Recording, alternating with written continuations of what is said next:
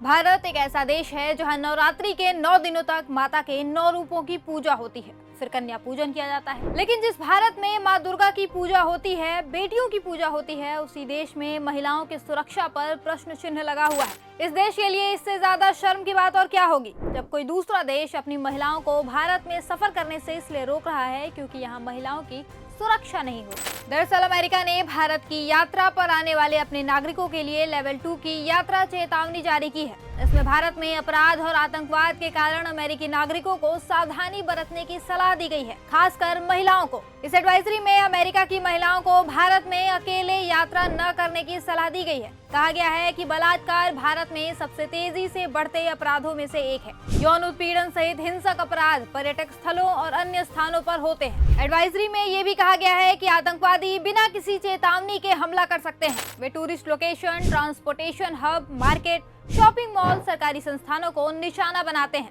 इस जोखिम के कारण भारत में काम करने वाले अमेरिकी सरकारी कर्मचारियों को यात्रा के लिए विशेष अनुमति लेनी होगी। एडवाइजरी में बिहार, झारखंड, छत्तीसगढ़, पश्चिम बंगाल, मेघालय और ओडिशा को मेंशन करते हुए लिखा गया है कि अगर कर्मचारी इन राज्यों की राजधानी के अलावा किसी अन्य शहर की यात्रा करना चाहते हैं तो इसके लिए अनुमति लेनी जरूरी है। अब सबसे पहले बात कर लेते हैं भारत में महिलाओं के खिलाफ बढ़ते अपराध पर अमेरिका कितना सही है। देखिए, ये बात तो किसी से छुपी नहीं है कि भारत में महिलाओं के खिलाफ अपराध लगातार बढ़ रहे हैं। आंकड़े चीख चीख कर इस बात की गवाही दे रहे हैं कि देश में महिलाएं सुरक्षित नहीं है। 2012 में निर्भया रेप केस के बाद से आज तक बलात्कार और हत्या के ऐसे मामले देखने को मिल रहे हैं जिसे देखकर किसी के भी रोंगटे खड़े हो जाए।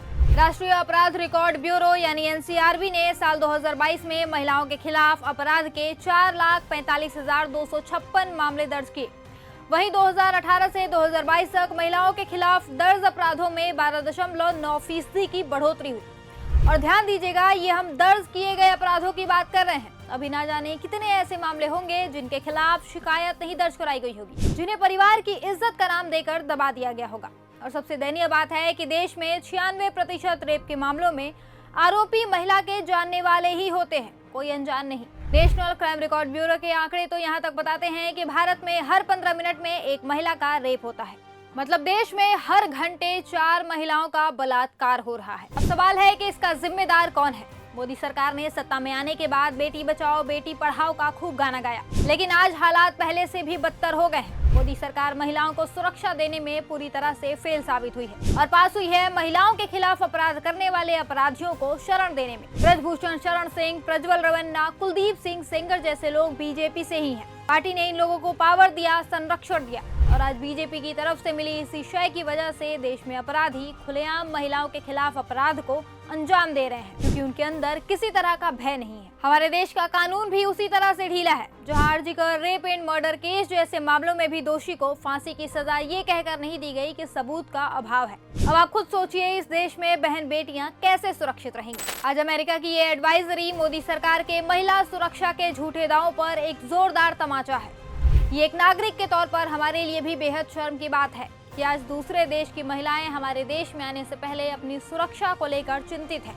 दूसरी तरफ अमेरिका की आतंकवाद वाली बात भी कहीं ना कहीं सही है। देखिए ना, आतंकवादी मोदी सरकार की नाक के नीचे से देश की सीमा में घुसे और हमारे 26 नागरिकों को बेरहमी से मारकर चले गए और आज तक मोदी सरकार उन आतंकवादियों को पकड़ नहीं पाई है, खाली बड़े बड़े दावे कर रही है। लेकिन इस देश की असल हकीकत यही है, जितनी जल्दी हम इसे स्वीकार कर लेंगे हमारे लिए उतना ही अच्छा होगा।